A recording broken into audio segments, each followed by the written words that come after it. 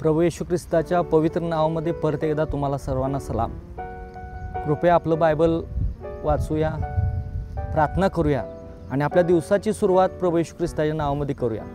आपल्याला ठाऊक आहे, पावलाचा पालट झाल्यानंतर त्यानं देवाच्या सेवा कार्याला सुरुवात केली आणि तो ज्यावेळेस सेवेला सुरुवात केली तर त्यावेळेला तो मागं फिरलेला नाही, तर त्याचा देवावरती विश्वास होता। तो प्रार्थनामय जीवन जगत होता आणि विशेष म्हणजे त्याच्यामध्ये पवित्र आत्म्याचं सामर्थ्य आपल्याला या ठिकाणी बघायला मिळत आहे। त्याच पद्धतीनं आज तो आपल्याला रोमकरासपत्र याचा 8वा अध्याय आणि 26व्या वचनामध्ये सांगत आहे। आपण वचन वाचू।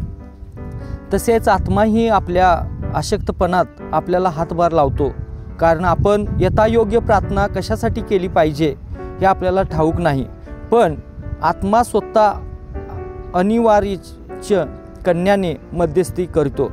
लक्षात ठेवा प्रियजनांनो, पावलाच्या अनुभवानुसार आपल्याला सहकार्याची किंवा सामर्थ्याची गरज आहे। आपण कशासाठी प्रार्थना करावी हे आपल्याला आत्मा या ठिकाणी सुचवत असतो आणि म्हणून आपण आत्म्यामध्ये चालणं गरजेचं आहे।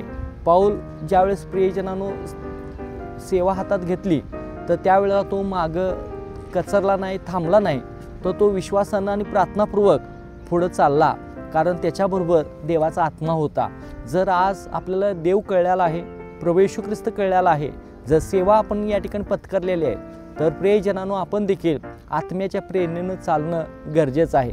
आज परमेश्वराचा आत्मा आपल्यासोबत आहे आणि म्हणून आपण कचरू नये, घाबरू नये, भिवू नये, तर देवामध्ये विश्वासानं पुढं चालूया आणि देवाचं सेवा कार्य न थांबता आपण या ठिकाणी करण्याचा प्रयत्न करूया। देवबाप तुम्हाला मला आशीर्वादित करो। आज विनंती आहे, तुम्ही आमचं चॅनेल सबस्क्राईब करा, लाईक करा, शेअर करा आणि कमेंट करा। देवबाप तुमच्या संगती राहो। आमेन।